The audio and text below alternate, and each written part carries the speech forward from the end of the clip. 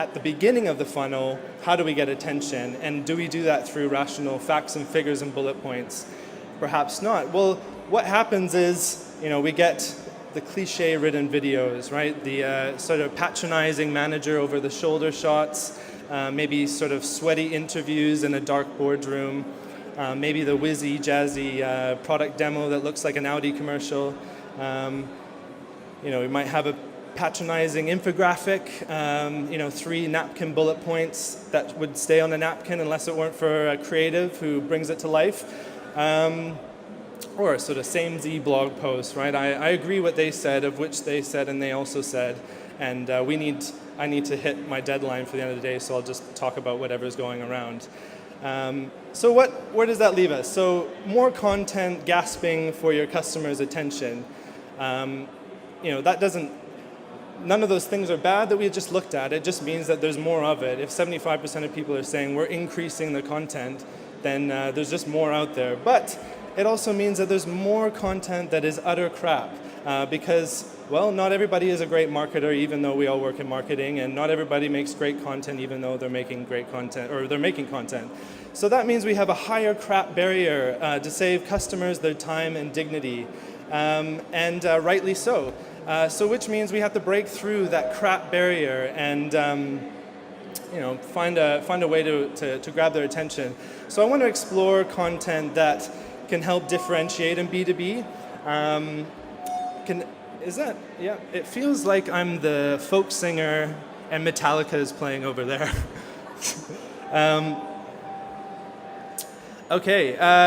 Build a content reputation, and content marketing is about creating a reputation that people come to you expecting that they'll continually get great content. Tapping into deep set behaviors, so we'll talk about that and how there's a psychology behind storytelling that just fits with the way that we are as human beings. Content that can be creative and not absolutely soul destroying. I work at an agency. I'm interested in working on creative. I'm sure you are. It's not always easy to get through, and I don't know how many briefs we've probably all seen which start trying to get somewhere interesting, and then through cuts and edits we end up somewhere entirely different and get the attention we all crave.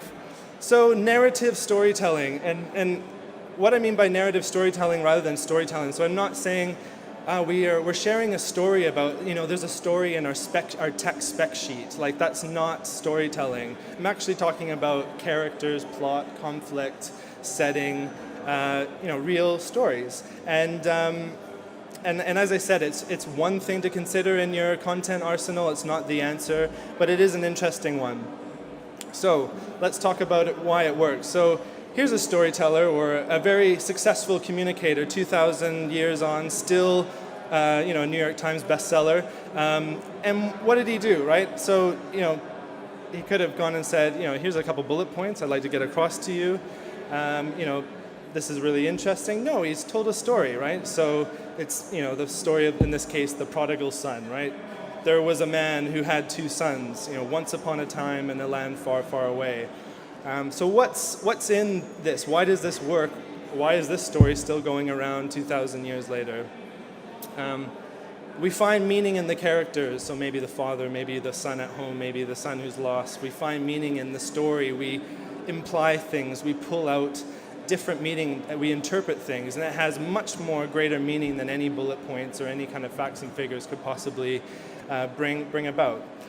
So is this kind of communication happening in B2B? Yes, it is. So this is a campaign by SunGard. They're an IT professional company. They work in cloud, and they've done a whole campaign on surviving the zombie apocalypse. And they say basically the idea of moving your content to the cloud is the same as fighting a world of which dying from a zombie death is imminent. And they did a full 360 campaign. This is an award-winning campaign. So what's happening here, right? A couple things. They're putting their customer they're the hero in the story. They're creating conflict, and they're creating a goal. And they are the solution to reaching that goal. Dropping the metaphor, this is just somebody who is dealing with the potential conflict and the fear of messing up an entire company's or enterprise's data. But the goal is, I guess, sweet data movement through the entire enterprise. So why is this working? So it's relevant in a surprising way. I wouldn't be surprised by any means if one of the customer insights was, hey, we're speaking to IT guys. They're known to play video games and binge watch zombie movies on Netflix. Why don't we kind of work with that? But it does have a relevance to that particular audience. It makes the customer the main character, of which provides a whole emotional connection, which we'll get into in a little bit.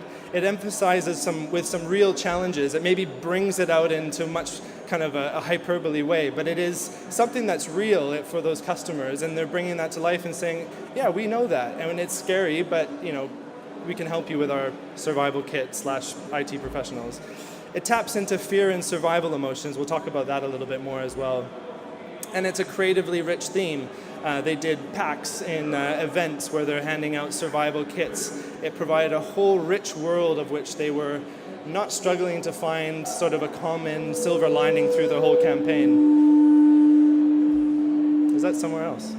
Okay. Okay, so why does storytelling work?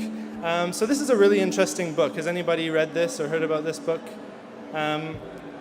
So her name's Natalie Nahai, and she did research across usability, psychology, economics, and really finding out, well, what is at the core of basically influence in digital. So looking at, how do people really, from the world of psychology, what can we learn? From the world of usability, what's best practice? She's putting things together, and there's a couple things that are brought to life in terms of content and storytelling in particular. So I'll just go through a few key things on why storytelling works for us. So it taps into primal instincts. So before our rational mind even kicks in, we're already thinking. We react to hunger, attraction, fear, and those things actually are in place whether we want it or not, just by the stimulus we have. It's the kind of fight or flight survival mode that we have. And when we watch videos and we read things even, we have a natural reaction to that. And those things create a foundation of which rational thought can be built on. Stories also make us mirror emotions, so we connect with the characters in the stories, and we actually, part of being a human is actually empathizing with that person. So when they they're happy or they're sad or they're nostalgic, we actually mirror those emotions as well, of which actually the character journey that they're going on is actually something that we go on too, which brings us to a place of, well, what can we do with that after? How can we influence following the story? There's also a thing called catharsis. This goes back to Aristotle, but it's that when a story's happening, there's actually this tension that's building up. People, we love the sort of beginning, middle, end, and the conflict rises, and then you need that release. That's why some, movies or whatever, we're looking for that happy ending. It could be a sad ending, but we want a resolution. And the same thing goes for when we're watching even business content. And then lastly, stories influence our decision making. So a lot of that, the right side of the brain that reacts to creative stimuli, whether we admit it or not, it creates a huge foundation of which influences are then rational thought, whether we know it or not. And there's all sorts of interesting books like Think Fast and Slow, which talk about that. And there's kind of two parts of our brain. And we're not complete machines. And so as marketers, not that we're creepy, but okay, let's work with that. So what's in a narrative anyway? So first thing is plot. Every story has a beginning, middle, and end. And this is actually a Pixar storyteller who summarized all of the Pixar stories kind of down to 6 lines. Once upon a time, every day, so that's in the here and now, then one day, because of that, and then finally. And that's actually how every Pixar movie actually comes across. But a plot is a really key thing, and even if you're doing a minute or a 90-second or 2-minute video, you can still have a plot.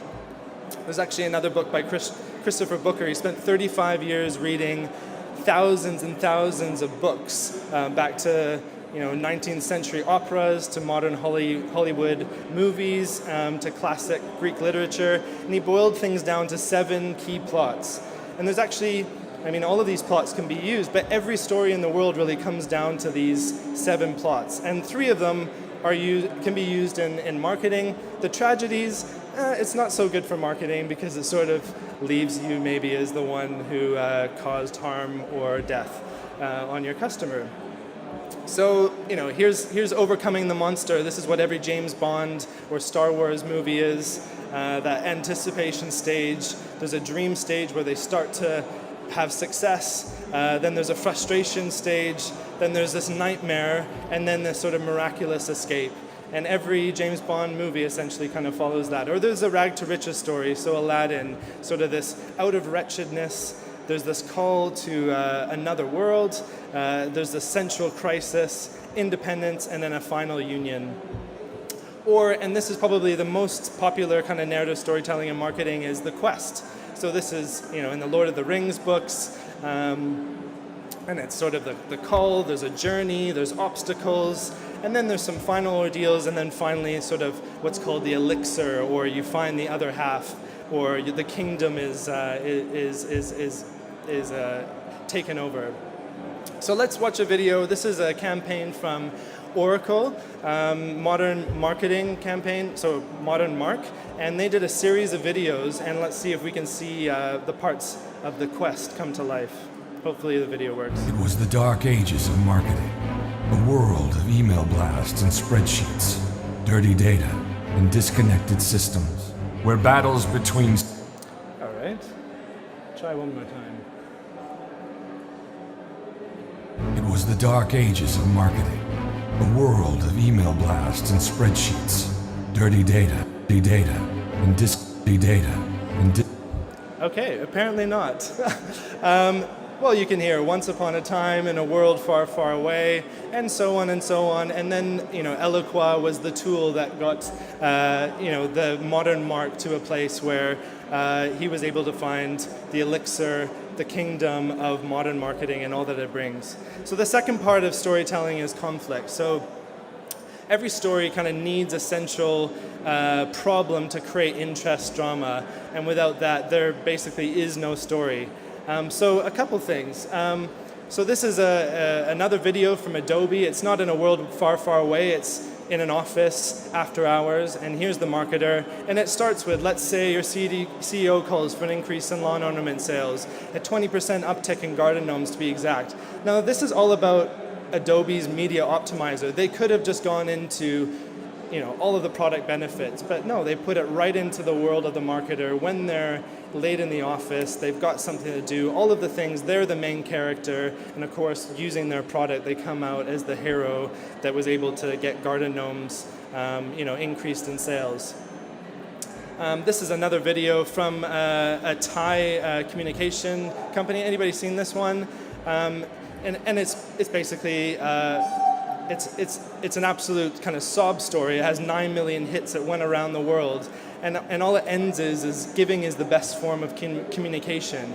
But the beginning of the video is this boy who runs out of a pharmacy. He's stolen some things for his mom. The shopkeeper at the other end of the street buys it for him. Flash forward 30 years, and now that little boy is a doctor, and he ends up saving, basically paying the bill for that old man and his doctor's tab. And again, it just starts with conflict right at the beginning, and this is a 3-minute video, but unbelievable, and it really doesn't have that much to do with cell phone communications, but if it's at the top of the funnel and it brings people in and it starts to tell that brand story, why not? So the third part is characterization, so creating heroes and villains. So the one thing is actually find a fictional character that can mirror the goals and needs of your customers, so maybe like Modern Mark, or maybe taking a James Bond type character, or the other part is actually to find a real thing. So in the case of the Adobe example, they're actually using the real character, putting them in their natural setting. And then lastly, characterizing the company as a whole, and or your competitors, Mac and PC ads and that sort of thing, where they've kind of brought in their competitors as part of it as well. Let's see if another video works. I really hope it does. This could be a quick presentation.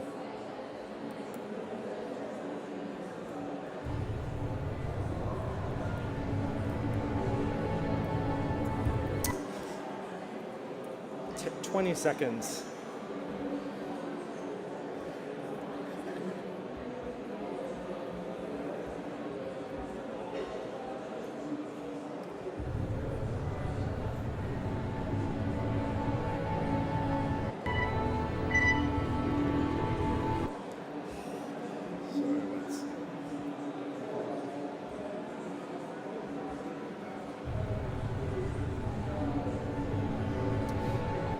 All right, well, that's the way it goes.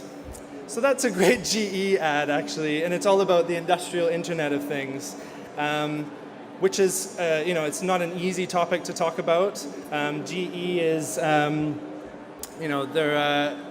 basically what they've done is they created this character of this boy who has a technology embedded in him, and he's able to talk to machines. And it's kind of the story of this boy and how he's able to get all the traffic control working and to turn all the lights on when the power goes off. And they've just used this boy in this story to talk about the fact that, yeah, we get this. We get how products work together, how data is at the center of everything. And they've just used a simple story of a boy and his just growing up as a bit of an outsider, a bit of an Edward Scissorhands. Again, the start of the funnel, then go on further, and then they start to talk more about some of the more kind of research, evaluation, kind of consideration content that we're all too familiar with. So another one, so this is something that Microsoft's been doing. They're really experimenting with sort of longer form storytelling. This is a 3,600 word article that their PR team are doing. And it's all about their innovation labs, and it's sort of an interactive sort of scrolling page, and you can explore these different characters that exist in their garage, so the swashbuckler, and they've sort of created these personas and characterizations of people within their business. And it's just, one thing that's interesting, we often talk about like really short marketing, but often when we get into blogs, it's sort of like, oh, hit that 500 word mark. That's kind of the sweet spot. But actually a lot of research says either people are looking for something quite short or they're actually looking for something quite deep. And, this is a really kind of immersive experience. And if you were interested, you would actually spend the time, and it sort of keeps you interested through some of the interactivity. So setting. The setting is fourth part of the storytelling, so it's really kind of placing the context around your story. So it could be in a land far, far away. It could be using Lego men in a stop motion video. It could be using sort of popular themes like Godzilla, or it could be right in the office. So now I'm going to do my best to talk through another video rather than showing you, so apologies. So this is, has anybody seen this? Adobe Mean Streets. It's part of the same series of Click Baby Click. They did another video. Anyways, Adobe's been doing really good, they're not ads, but they're online awareness videos. And this is basically a marketer who goes down to the wrong side of town, is haggling with the drug dealer to get clicks. And he's like, I don't want dirty clicks, I want the good stuff. And basically from there, the cops show up, he goes into the cell, and he does it for getting dirty clicks because he needs to hit his targets for the end of the month. So the characters, again, they're customer, but the setting's different, but the context and the plot line's exactly what real marketers are dealing with. And it's just switching the setting is creating something quite creative. There's great gangster hip hop in it, and it's perfect. So the other part is atmosphere. So this is about the tone, the voice, the pacing of the content, and really kind of like what drives the content. Sort of too much tension, and you can kind of leave people hanging, and go too quickly, you can overwhelm, and just getting that right point. So this was another B2B marketing video about a conference call in real life, and it was basically intended to be for a LeaderCast, which is a sort of business leadership conference. They hired Taylor and Tripp, which are kind of YouTube stars, and it was basically kind of personifying the conference call in real life. All of the awkward stops and starts and all the things that are happening, the dog barking, but it's all happening in this conference room. And the pacing is just awkward enough to kind of keep you going, and it's really funny, and obviously hit 9 million. Probably not something that LeaderCast doing a promo video otherwise would have done. Or this is another one, so I don't know if we're familiar with the Cambridge Satchel Company, but this whole story was told through Google's tools. So it never leaves the world of Google. It's when she's got a question, she's going into the Google search. When there's a little video, it's showing it in YouTube. When there's chat going on, and they're basically using the atmosphere of their product to communicate through. Right, so let's talk about maybe some other content formats to think about. So there's a few maybe things that are either we're seeing that people aren't using or fully leveraging, or maybe are not aware of. So this is something called Tapestry. It's from a startup in New York, and it's basically a mobile mobile ad platform, and Unilever is starting to use it. Fox is starting to use it for promos for videos. So I'll go through one for a new Steve Carroll video that's coming out. So basically, the user just taps, and rather than an ad kind of banner format, they just touch, and it basically uses animated GIFs that you can store into the sequence.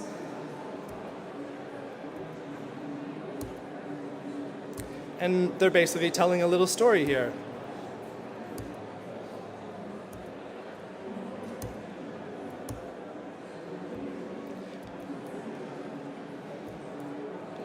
The way back, so check that one out. So that's maybe something to think about, is just these small little micro stories that you could create.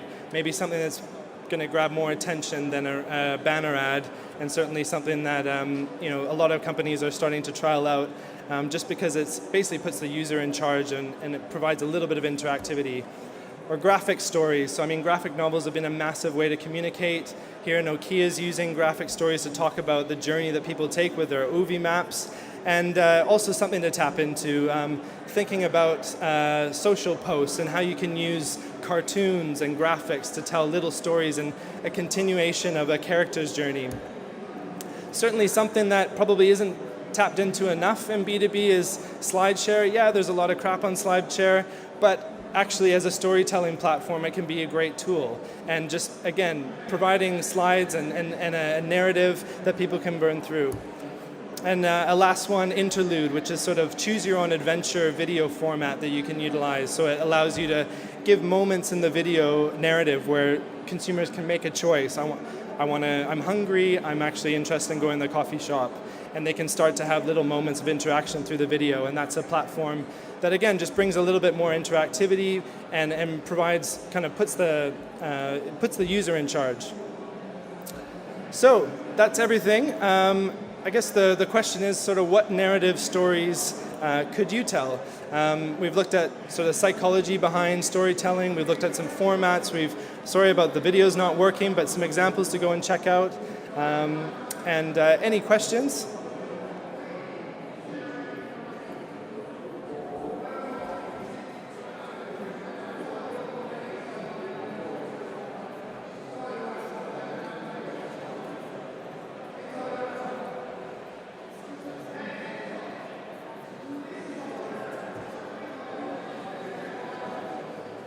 So good question. So the question was, as an agency, how do you get buy-in internally, or help your client get buy-in internally for a CEO who maybe is interested in the product and they would find this quite fluffy? So it is a massive challenge. As I said, probably not doing enough of this because there's sort of this immediate need of, well, there's a finite amount of budget here. I need to focus it on where the real rational decision making happens, where the call to action happens. But as I think it's a journey basically, and what we've seen with clients is it's slowly bringing some of these things. So you might want to start with things like graphics and social posts, maybe using Instagram as little 10, 15-second videos to start kind of weaving this thing in, maybe before doing a huge GE shoot. But I think showing. I haven't gone into anything about analytics. There's enough about analytics at the conference. I just want to talk about creativity, but showing the success on a small kind of way and then building up to something. But it's a huge challenge. And as I mentioned, we start oftentimes on a brief, something pretty out there. The client's super excited, and then it sort of slowly starts to turn into what everybody sort of expects. But keep fighting. Any other questions? No? All right, well, thank you very much. Here to chat if you want to talk about anything further. If you want to work with us and you're interested in making this kind of content, also talk with us. And thanks very much for listening. Hope you have a good rest of the conference.